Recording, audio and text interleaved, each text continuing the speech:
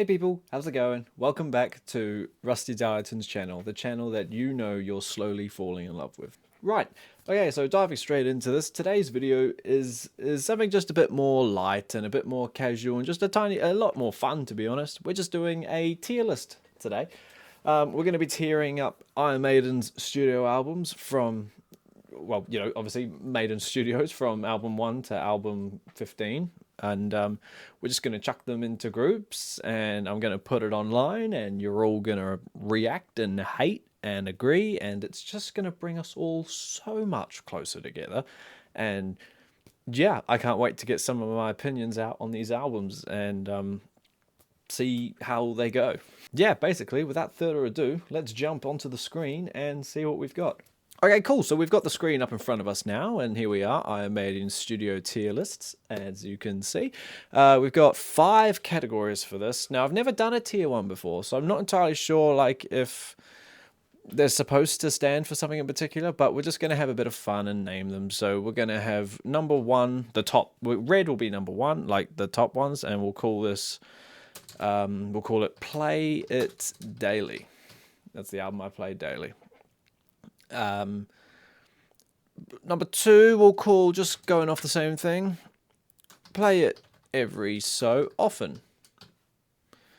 Third one will be, I mean, yeah, it's good. If I can learn to type, yeah, it's good. And then number 4 will be Play It Once Every 5 years. And then we've got the bottom, which is Only Bought It to Own Them All. Cool. So we're going to go in order, just from 1 to 15. So without really, hesitating so much, let's just get straight into it.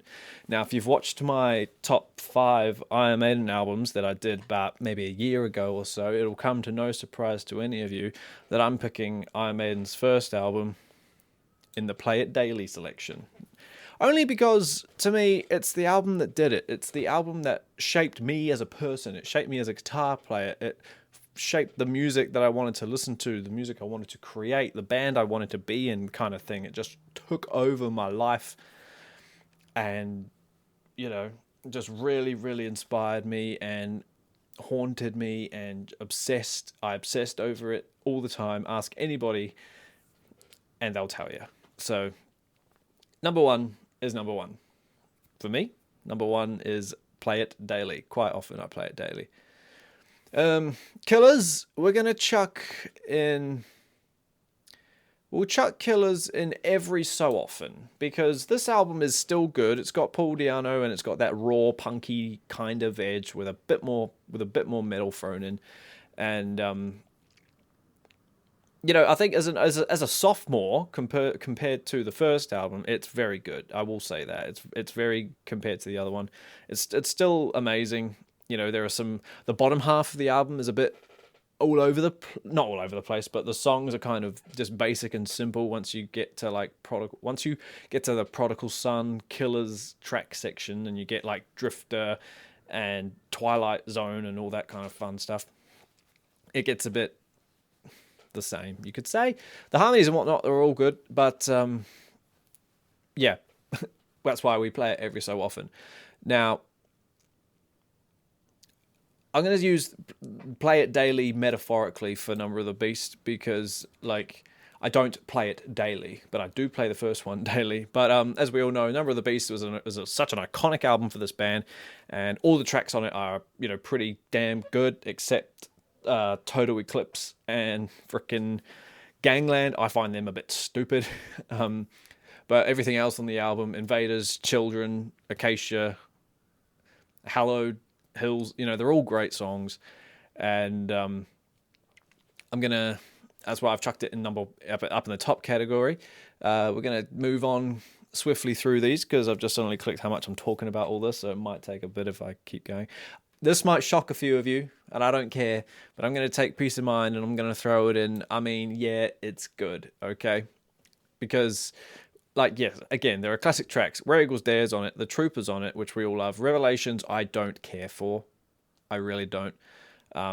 My mother loves that song, and I just never drew attached to it. Same with the Icarus, Flight of Icarus. Yeah, it's good, but like they're singles, so for me they're nothing fancy. Unlike the second half of the album, where it's like To Lame a Tand, what? To Tame a Land and Son of Steel and Quest for Fire. That's a cool song. But yeah, I mean, yeah, it's good. Peace of mind. We're going to chuck Power Slave now into, again, the second category. Play it every so often. Because, like, again, the first two are cool. Ace is high. Minutes to Midnight is fine. I really love the instrumental, Big Aura, Lost for Words. But then, like, a lot of the riffs, they do sound quite similar. Like, Back to the Village and the other one. What's the other one? The Duelists, yeah. They have that same, which is, you could argue, is pure Maiden, especially at this point anyway. But yeah, like Mariner is incredible. Don't get me wrong; these albums are all good, but like we have to separate them, and yeah, well, if we get to the end and I find that I've misjudged a few, maybe we'll look at altering. But anyway, yeah, Power Slave's going and play it so often. Okay. Now, this is going to chuck you, because I'm going to chuck Somewhere in Time in the same category. I'm going to chuck it in Play It Every So Often. I literally played this album yesterday. I really, really, really do like Somewhere in Time. It's such a change from Power Slave with the chuggy, chuggy, chugger to that synthy, I was going to say almost 80s, but of course it's 80s. It's 1986, just that synthy, keyboardy kind of vibe. It's just so different from anything that Maiden did up until that point. And I just, there Wasted Years is cool. The opener, Caught Somewhere in Time, is great.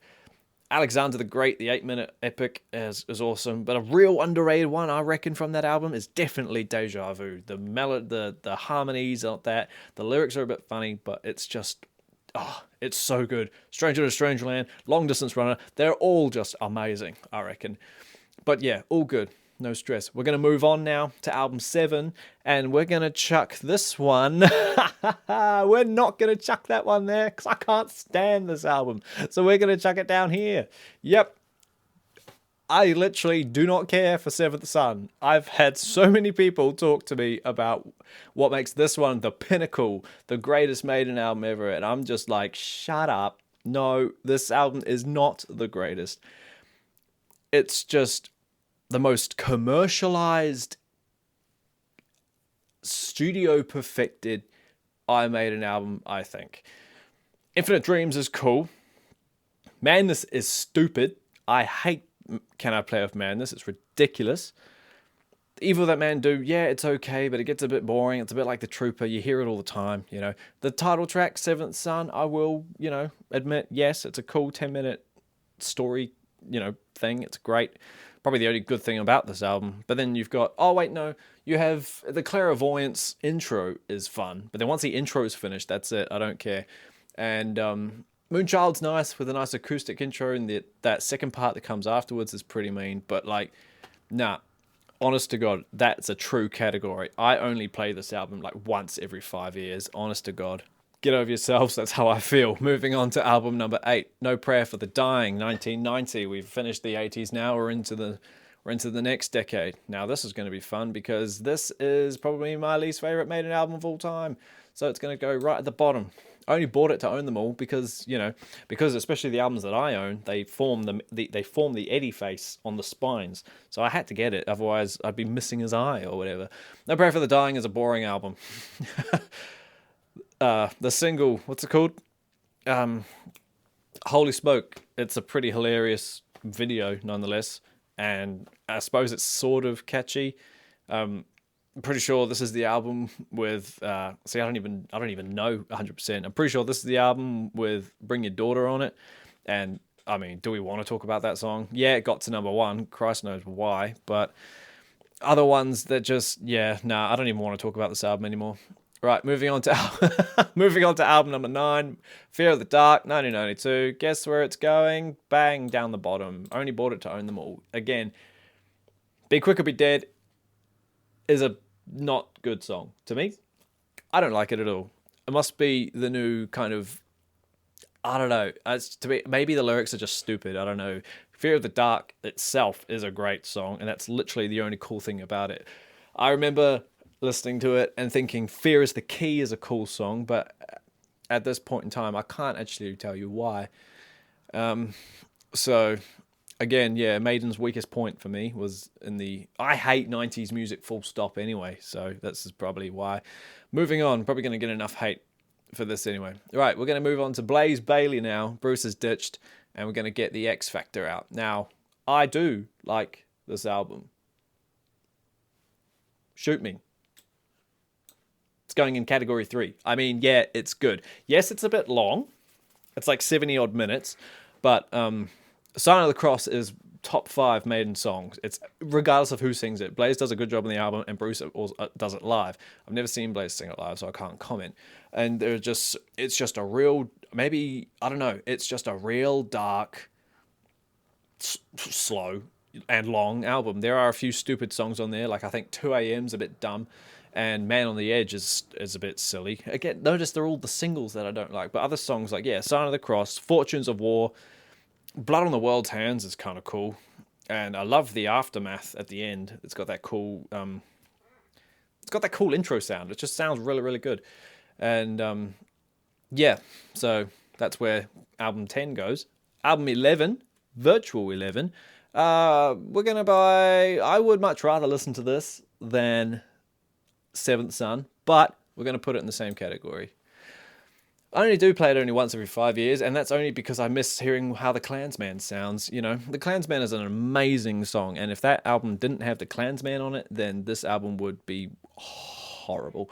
But like, Futureal is cool. Lightning Strikes Twice is fun. You can't deny that that's not fun to sing. Okay? The Angel and the Gambler is a bit yuck. Like, well, again, it's 10 minutes long of the same line repeated like 29 times or 27 times or something stupid like that. So, you know, there's that. What else is on that album? When Two Worlds Collide, I think I remember liking that song. It's been a while. It's probably been 5 years since I heard the album anyway.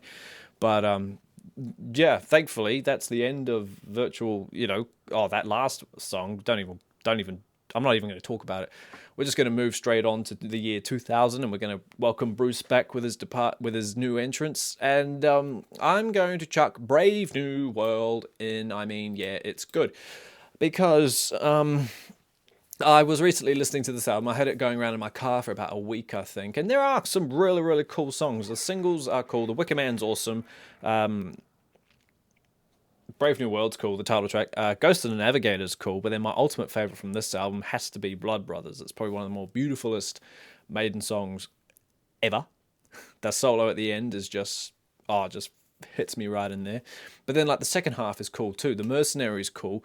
And then you've got, not in order, but Out of the Silent Planet's amazing. When Love and Hate Collide's cool. The Thin Line Between Love and Hate, that's what I meant to say. And there's the Nomad.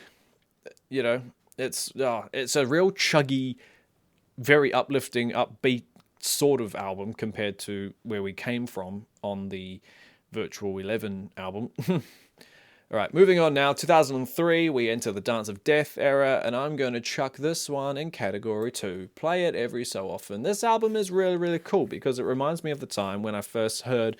I was still sort of getting into Iron Maiden, and Dance of Death was one of the favourites, like, at that time, because I think it was like one of the first proper acoustic songs that I'd heard them do, and was like, especially because it was 8 minutes as well. I was like, yeah, this is awesome, and it's a brilliant story that's catchy, and that lick in the middle, it's just really cool. But everything else is on here. Everything else that's on here.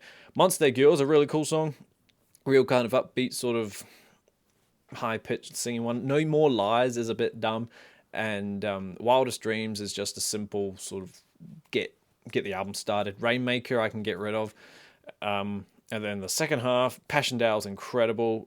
New Frontiers is cool. Journeyman is quite nice, despite it being a full acoustic song. But then Face in the Sand is awesome as well because of its intro. Go listen to these albums and just check out these songs, and yeah, do it. Right, moving on. 2006, we've got A Matter of Life and Death coming in at, I don't know where I want to put this one. I think I'm going to put it in every so often, because yeah, I do play it every so often. This is like, a couple times, like every couple months or so. And this album is really cool. This album's really, really heavy, I find. It's a lot heavier than Dance of Death. And obviously the whole concept of the whole warness, surrounding it makes it real dark and brutal and just, again, heavy. Different Worlds, a great single. These Colors Don't Run's probably another top 5 favorite song of mine. For the Love of God is For the Greater Good of God. That's awesome. The Legacy as well, the acoustic 10-minute is great. And then you've got the little weird ones like The Pilgrim, and you've got Reincarnation of Benjamin Brigg. They're all cool. It's a really good album, and really, I would call it like the peaking of the 2000 era, I suppose.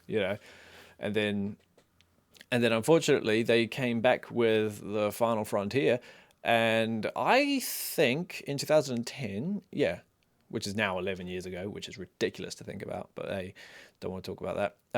We're going to take The Final Frontier,